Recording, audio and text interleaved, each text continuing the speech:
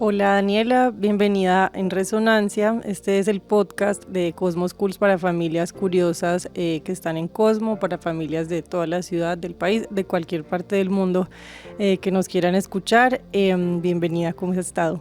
Gracias, muy bien, gracias por esta invitación tan Qué chévere. bueno, gracias por venir hoy. Les estamos hablando desde el Claustro con Fama. Les agradecemos por facilitarnos este espacio. Y pues hoy tenemos un tema muy chévere el que queremos conversar contigo. Tú eres Dula y queremos hablar del parto respetado. Antes de entrar en el tema, cuéntanos tú quién eres.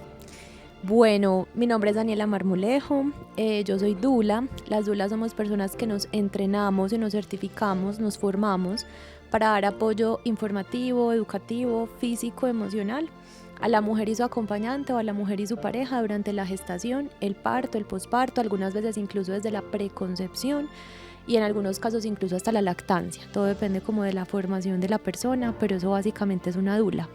En este contexto apenas estamos empezando como a reconocer este rol.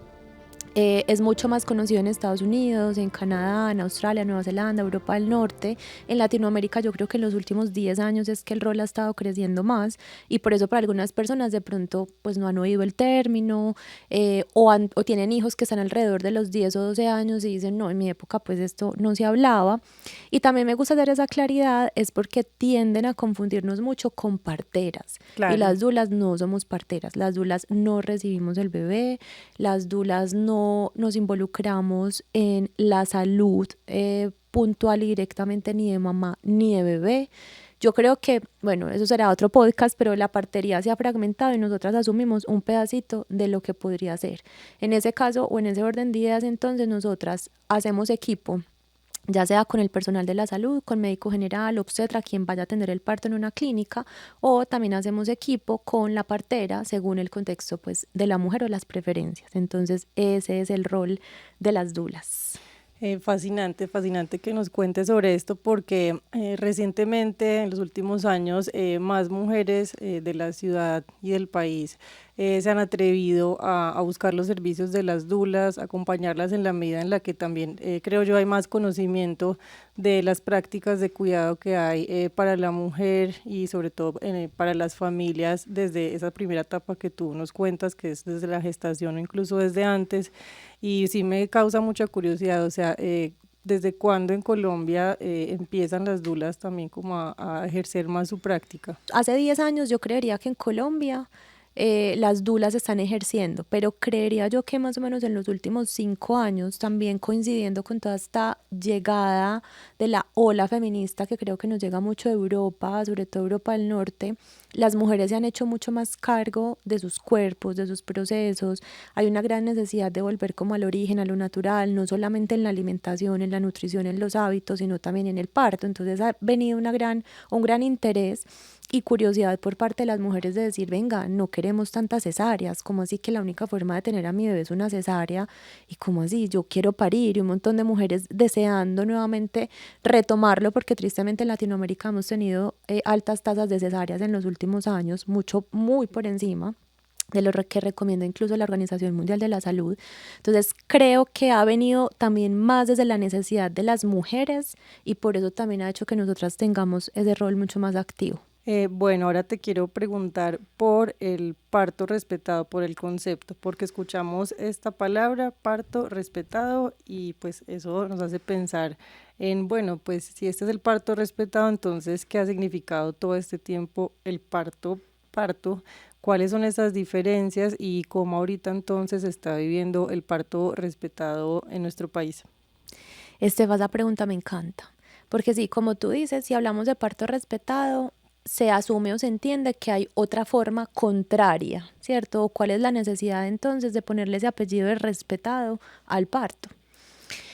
Esto se remonta un poquito, tenemos que empezar un poquito como más atrás y yo creo que esta información es muy valiosa para todas las personas que nos están oyendo, incluso para las familias de Cosmos. Si ya tienen un bebé, seguramente están planeando tener otro y yo creo que aquí se pueden empezar a replantear de qué forma quieren su gestación, su parto y todo lo que se viene con ese segundo hijo o tercer hijo, pero al mismo tiempo también entender muchas de las cosas que pronto pudieron haber pasado en los nacimientos de los que ya están. Entonces, el parto inicialmente se daba en la casa y no solamente en el contexto ni colombiano ni latinoamericano. En todas partes del mundo el parto se ha dado en la casa, porque es increíblemente, a pesar de que no es lo que hemos aprendido ni lo que hemos normalizado en este contexto, es la forma más segura de parto y ya vamos a entender por qué.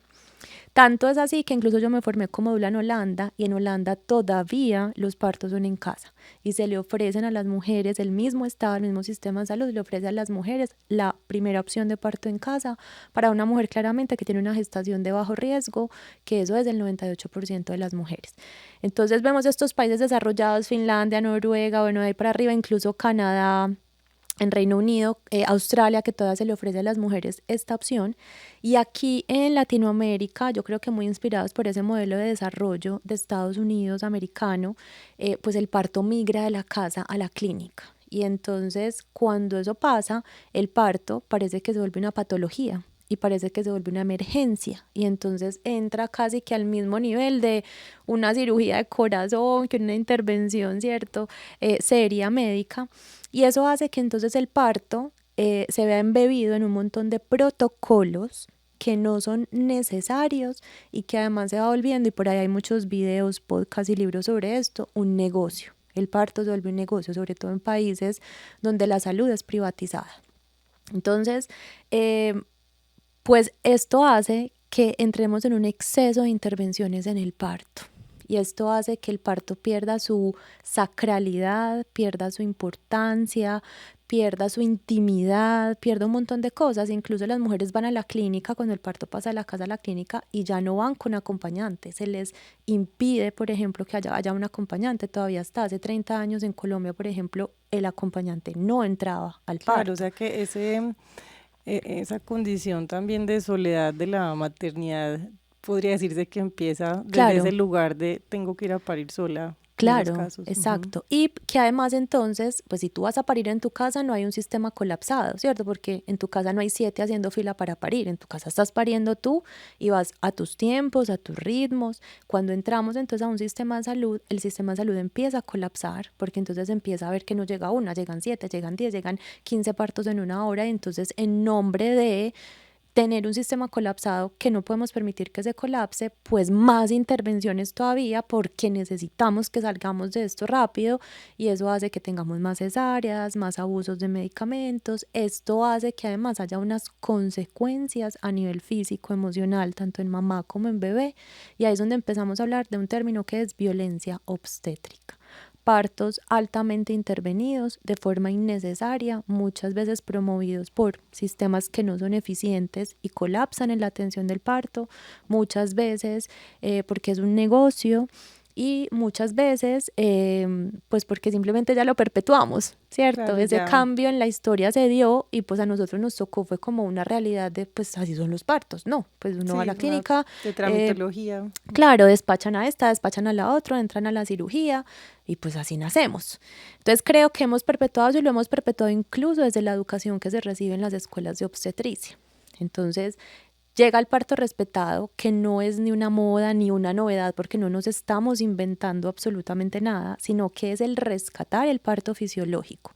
Con eso no estamos hablando de que el parto respetado sea un parto en casa, no. Puede ser en casa, puede ser en clínica, pero entonces ¿bajo qué condiciones? Volvamos nuevamente a entender la fisiología del parto. El parto tiene unos tiempos, si los respetamos y no intervenimos innecesariamente por afán o la razón que sea, entonces no estamos poniendo en riesgo ni a mamá ni a bebé, porque les había dicho ahorita que a mayor intervención, mayor riesgo, porque todas esas intervenciones tienen consecuencias. Ujú.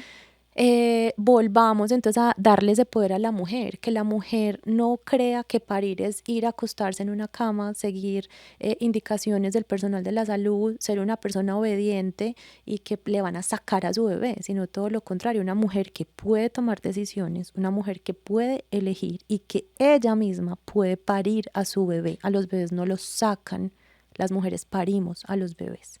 Entonces es empezar a cambiar un montón de paradigmas y volver a la fisiología, volver a lo seguro, física, mental y emocionalmente, para mamá, para bebé, una mujer que pueda parir acompañada, sostenida, no solo de una dula, también de su pareja, porque finalmente, si queremos ir un poquito más lejos, El parto es un evento sexual, ¿cierto? De la misma forma que empieza la creación de una vida, es la misma forma en la que termina. Usamos los mismos órganos, las mismas hormonas, necesitamos la misma intimidad, la misma privacidad, la misma seguridad, la misma adecuación del ambiente, luces tenues, música, caricias, besos, ¿cierto? Entonces, es volver a eso, que el Sí, entorno clínico, por todo lo que les contaba al principio, pues, perdida. Y ahí es donde el rol de la dula viene también a jugar un rol importante porque es rescatar y educar a las familias, a las mujeres, a esta, llamémoslo entre comillas, nueva visión del parto, porque cuando vamos a ver no es tan nueva, ¿cierto? Así es como siempre hemos parido. la conexión que hay entre el parto respetado y también en esa creación de comunidad, que la primera comunidad que tenemos es la familia, Mm. la pareja o las cuidadoras, cuidadores, bueno, todas estas personas que nos acompañan en este proceso.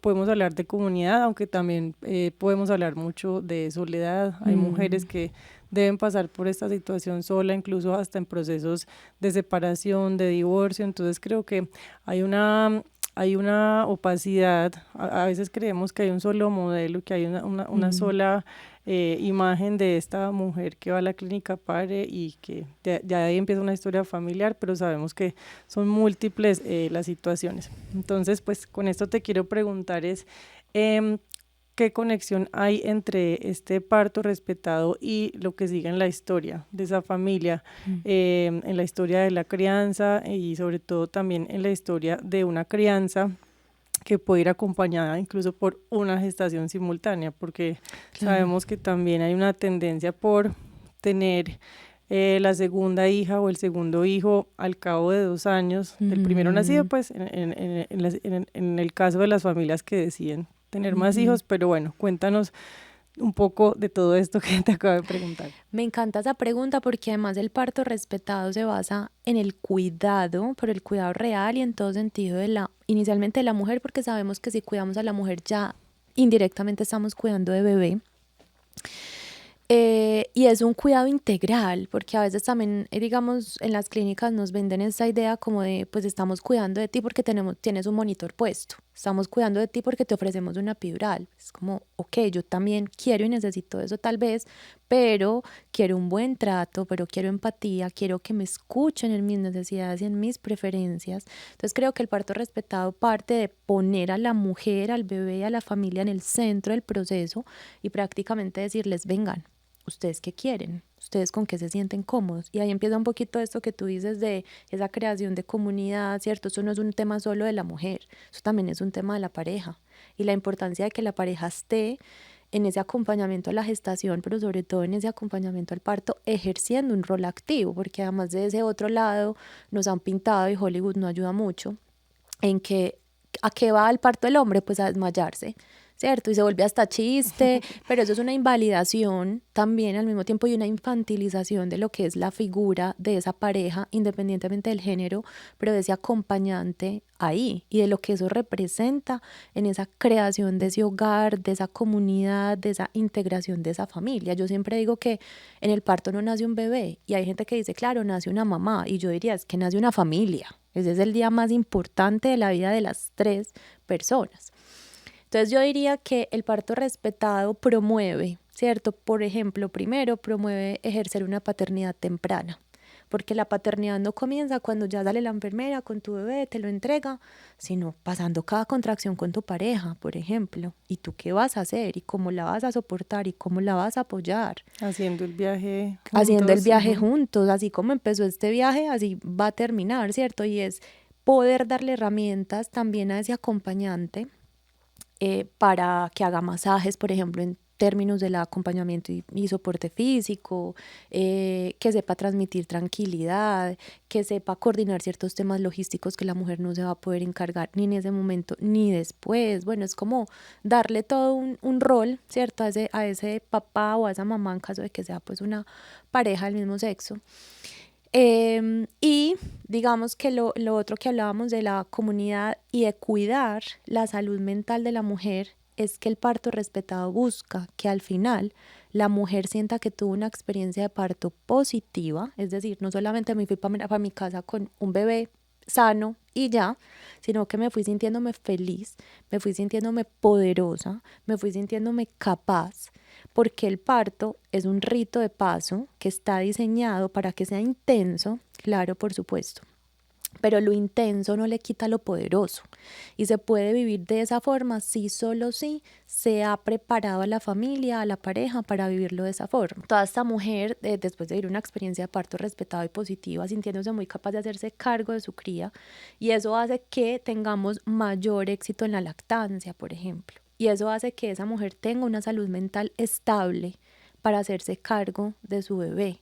Y eso hace que una pareja que ha acompañado conscientemente a esa mujer a parir valore aún más lo que esa mujer ha atravesado y sienta muchas más ganas de cuidar. Es eso nuevo que se está creando y que se está formando, y se les despierta además un instinto de cuidado y protección divino. Entonces ahí volvemos a eso que decías ahorita, de esa creación de la familia y la comunidad, y cómo un parto respetado es tan importante para eso, porque lo contrario es vivir, por ejemplo, violencia obstétrica, ¿cierto? Entonces una pareja que no se le permite estar acompañando a su pareja, cuando por ejemplo en Colombia tenemos una ley de parto humanizado digno y respetado, que es la ley 2244 del 2022, donde dice que las mujeres tienen derecho a tener por lo menos un acompañante de su preferencia. Entonces una mujer que parió sola, que parió con irrespetos, malos comentarios, que no se puso en el centro, que lo que ella necesitaba, decía, pedía o tenía en su plan de parto no fue respetado, que fue violentada física, verbal, emocionalmente, pues esa mujer va a salir a un posparto que es bien intenso, además, independientemente de cómo haya sido el parto, igual es un gran reto, pero va a salir a lidiar y a tramitar todas esas emociones que de entrada le impiden conectar con su bebé, conectar con su nuevo rol, conectar con la maternidad, conectar con su pareja, una pareja que no estuvo presente y pues no sabe mucho ni qué vivió su pareja. Las mujeres cuando atraviesan experiencias que no son positivas o que son traumáticas, les cuesta luego hablar mucho de esto, por ejemplo. Entonces a veces ni la pareja se termina enterando. Esto afecta la relación de pareja. Esto afecta la lactancia, ¿cierto? Yo como asesora en lactancia muchas veces veo que hay lactancias que no funcionan, y cuando vamos a ver, no es que, ay no, pues no le salió leche, ay no, pues están de malas, es que tuvo un parto traumático, y hasta que no se traspase ese trauma, lo otro no va a funcionar. Sí, o sea que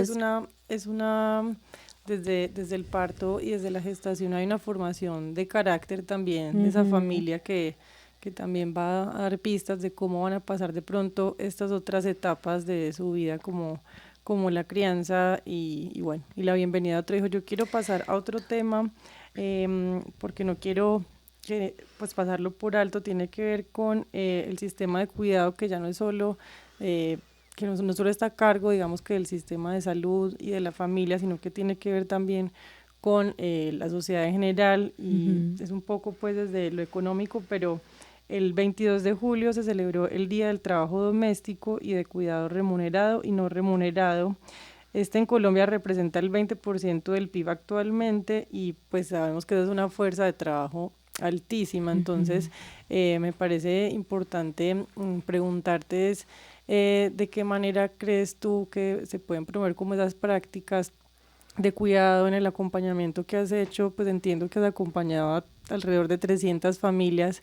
Entonces quisiera que quedáramos con un buen mensaje también, unas de buenas prácticas, así no estemos así no estemos próximas a un parto en familia, qué prácticas de cuidado amorosas podemos tener en familia, de pronto incluso enseñarles a nuestras hijas o a nuestros hijos para que se pueda hacer esto como una práctica cotidiana, como que no solo es en el momento, en los hitos grandes de un parto, o de pronto en el hito grande del cambio de edad de una persona, sino como algo que está ahí presente como en la actitud y en el carácter de todas.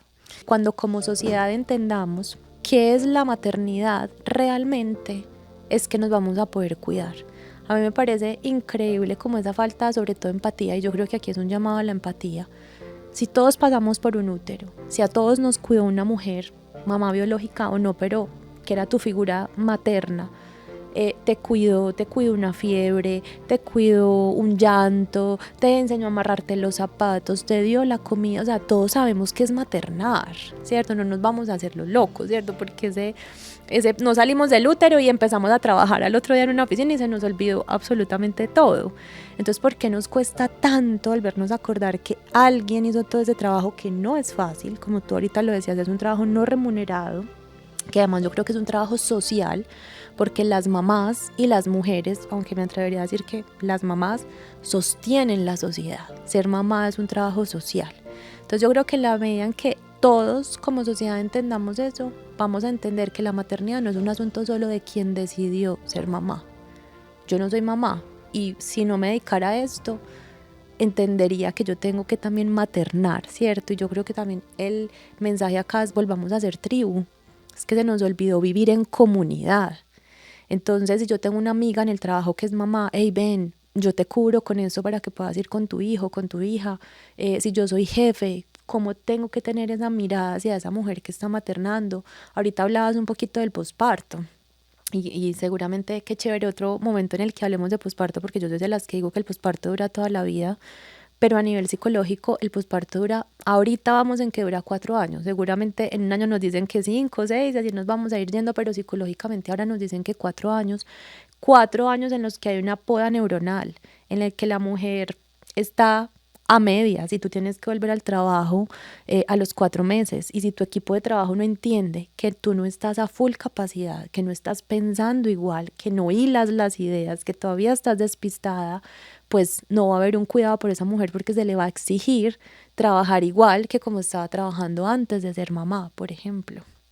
Eh, si no entendemos, por ejemplo, el tema de la lactancia, ¿cierto? Si no entendemos la importancia de que ese bebé pueda ser alimentado, o que esa mujer incluso si no alimenta a su bebé le puede dar una mastitis y entonces te quedas sin una empleada y eso te sale mucho más caro, pues hay que cuidar a esa mujer y a su bebé, ¿cierto? Un montón de cosas.